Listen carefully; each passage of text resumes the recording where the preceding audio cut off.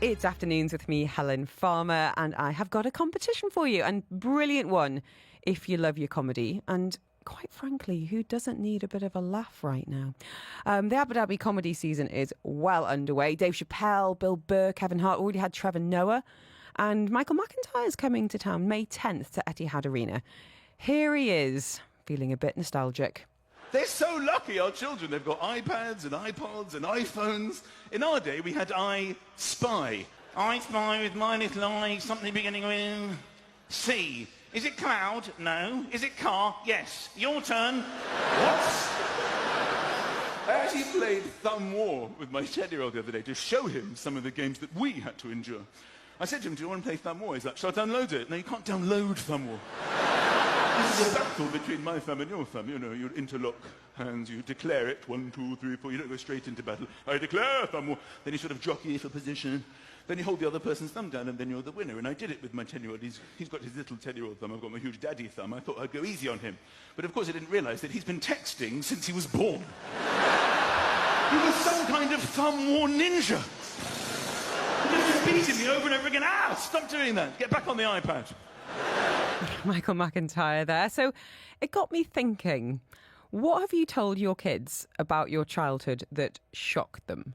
That had them going, oh my goodness, that can't be true. I said earlier, only having 4 and then 5 channels, like that was quite a big deal. Blew my kids' minds. But honestly, I'm loving the messages coming in on this. Andrea saying, every summer for 3 months, I was literally dumped at my grandparents' farm with no entertainment. Made friends with all the animals. One summer, the chicken was my best friend. We were talking about kids' camps recently, and my kids were like, oh, I'd love to go to Ski Dubai camp. And I was like, I went to church camp for 2 weeks, and I think we just went in the park and sang. that was camp for me, kids. Sarah saying school discos. My daughter's been completely baffled.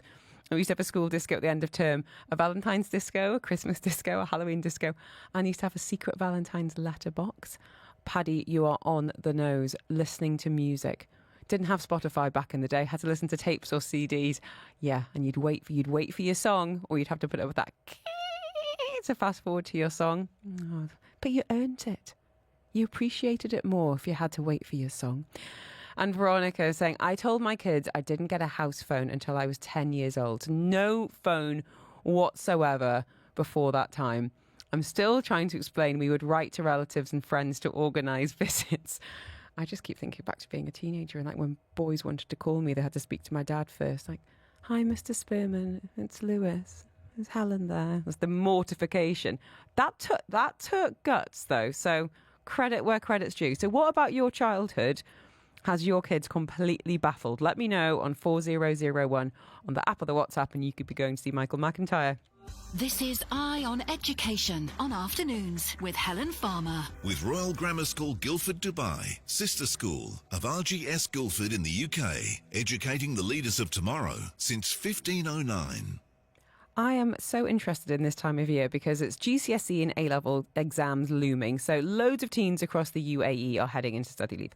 This is a time that can be really empowering, but also really overwhelming.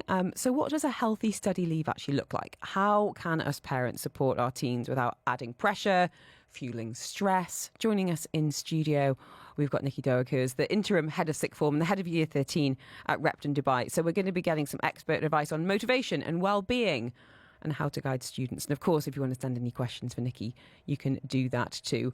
Tell me, Nikki, before we get into expert advice, what were you like at school? What was your own study leave like? Can you remember much about it? That seems like a very long time ago now. Sure, it wasn't. Firstly, thank you for having me this afternoon. Welcome. It's a pleasure to be here. But yes, I did try and be the good student, and I very much tried to. I needed silence in an area that was, complete silence without distractions. I couldn't quite work with music in the background or any noise, or I needed that structure and silence. So, were you quite self-disciplined and motivated then, Nikki? I was indeed. I had an older sister that wasn't quite like that. So when I went up to high school, I very much had to get the Doig name back back as a good, the reputation. Knowing that I had younger siblings growing up, I had to redeem that reputation. Yes, so I was quite disciplined. Oh my goodness, maybe I was like your older sister. I remember doing a lot of highlighting and thinking that that was the same as studying. It wasn't. And I definitely, especially during A-levels, I did English literature, French and sociology. And I really loved English literature and sociology. And I was really good at them. And I was rubbish at French. And guess what I focused on?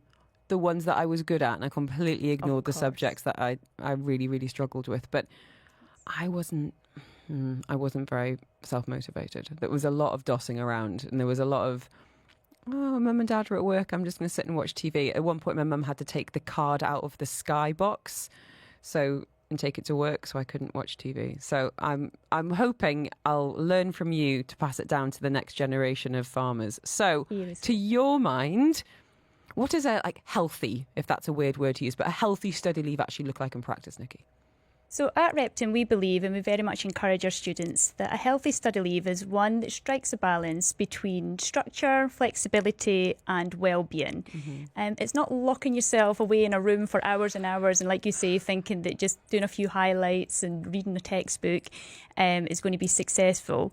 But instead, it's having a clear daily routine. It's waking up at a consistent time. It's eating properly. It's including blocks of revision time. So ideally 45 to 50 minutes with regular breaks. For example, a student might revise from 9 to 11 a.m, break for 30 minutes, revise again from 11:30 to 1, then have an afternoon where they might bring in some exercise, a gym, a walk, a release. Something social. Something social to break up that revision. It must be hard, though, because you'll have different personality types. You'll have the dossy deceivers like me, and where you want to get some work done, and then I presume at the other end of the scale you'll have these really high achievers who will put massive pressure on themselves to then, this is the grade I want to get, and that whether that pressure comes from themselves or the parents or the school is kind of immaterial, because the outcome is the same. Is this idea of, I've got a finite amount of time, this is the result I want to get, and they really want to push themselves.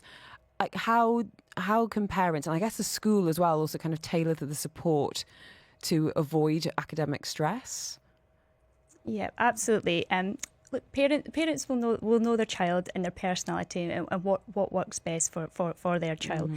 And obviously as teachers as well, we should know the student and the personality and what's going to engage them. So with high achievers, they often put obviously pressure on themselves. So support here would mean encouraging rest and reminding them that their self-worth is not just tied down to these grades.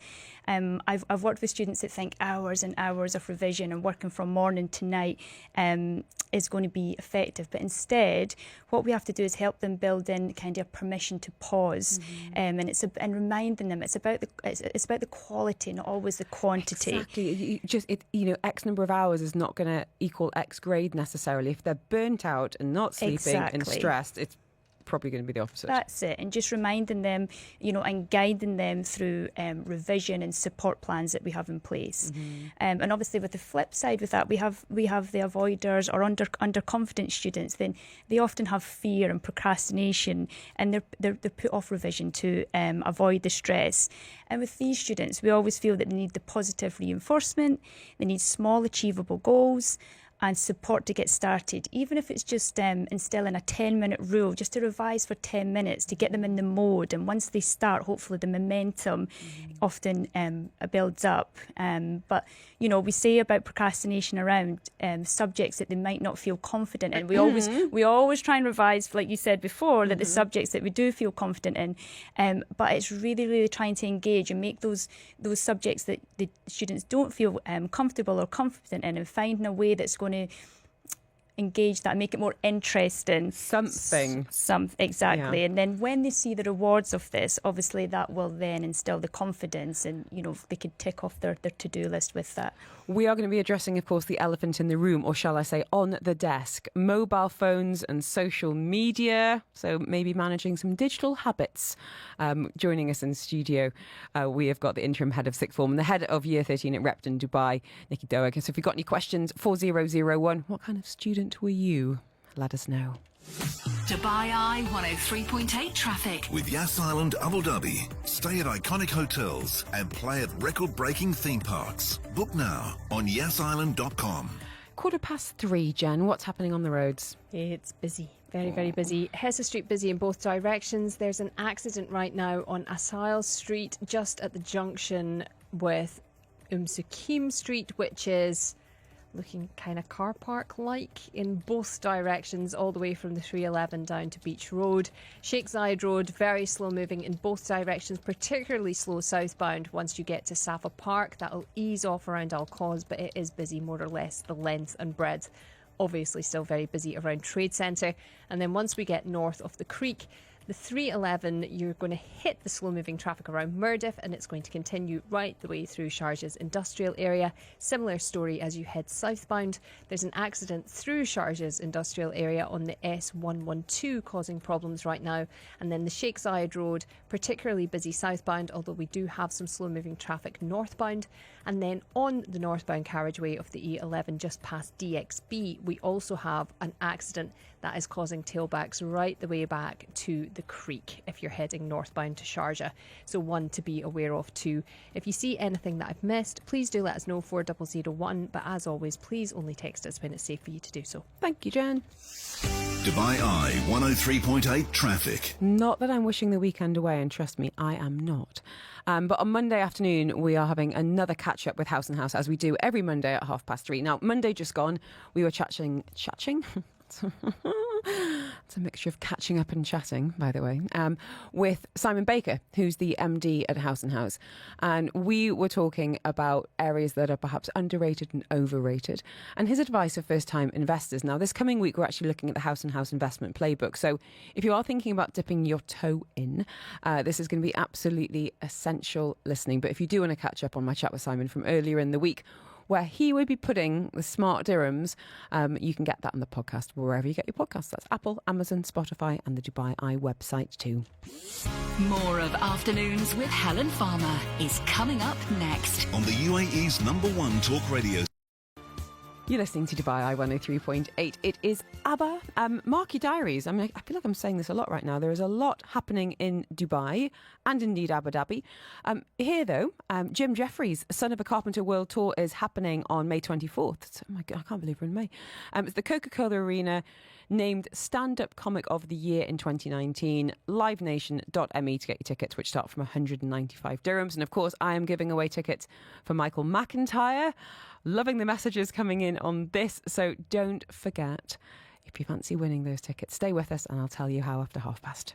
This is Eye on Education on Afternoons with Helen Farmer. With Royal Grammar School Guildford Dubai, sister school of RGS Guildford in the UK, educating the leaders of tomorrow since 1509. It is study leave time. It can bring freedom, but also stress. So we're asking this afternoon, how can parents help their teens stay motivated and focused and well? I think that's really important during exam season. Nicola Doig is here. She's from Repton Dubai, talking about some practical tips on managing study, screens, and student well-being. Right.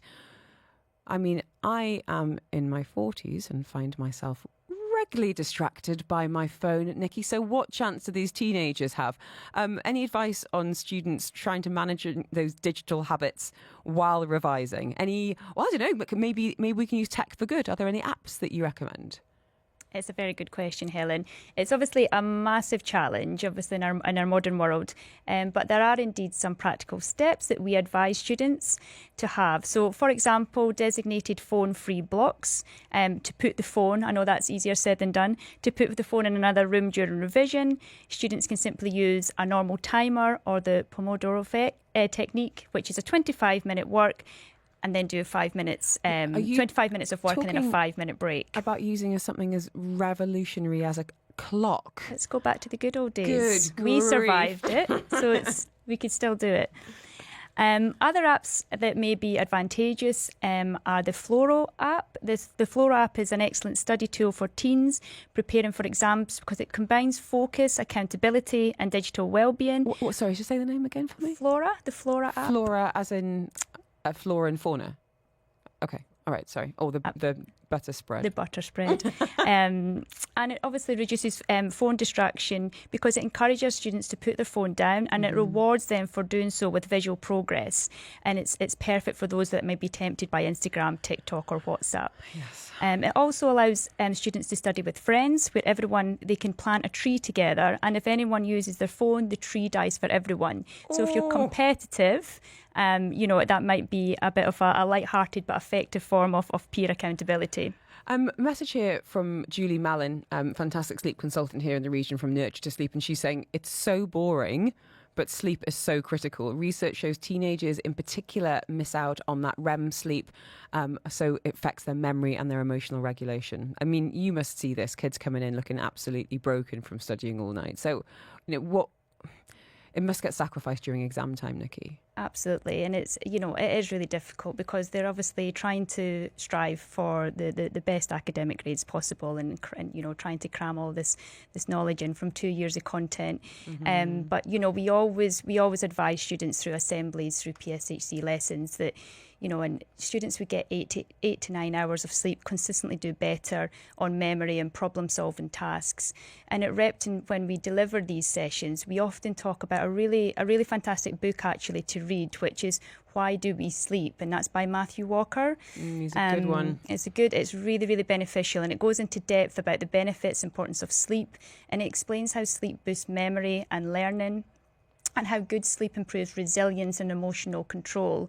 And we've actually had students that have reverted back to us and said that, making reference to the book is a great guidance and preparation for study and routine and exam preparation as well. Just had a message from Joel saying, this app helps me stay away from my phone. He sent me a picture. It's called App Lock. So it's blue and it's got a little white shield with a blue padlock on it. I think I need to get on that. Right, we've got 30 seconds left, Nikki. So last question, I guess. Small habits, mindset shifts.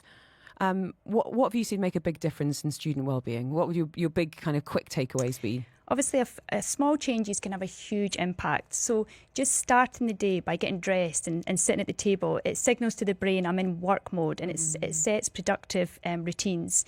Using positive self-talk and rewarding yourself and praising yourself, that, replacing I'm bad at this is, it's not quite going into I'm still learning this. It's a journey. Growth mindset. Absolutely. Celebrating the small wins, finishing a past paper, reward yourself, take time out for a coffee or your favourite lunch. But I always think as well, encouraging movement is so important, having that social time with friends. Our students seem to think that life should stop during study, but actually if you are part of a football team or you're part of a netball team or a club or dance or whatever it is that engages you out with your your home life, that is still important to continue. Exercising is key, as we know, to releasing stress, and it's really important to keep those good routines up. And as a parent, just, big picture. Absolutely. Nikki, thank you so much for your time today. Really, really appreciate it. We're going to be hearing from a student next. So her words of wisdom. Do keep your messages coming in on all things nostalgic. I've got some fantastic messages to read out to you, and I want to hear yours. I've got tickets to Michael McIntyre up for grabs. Your ARN News.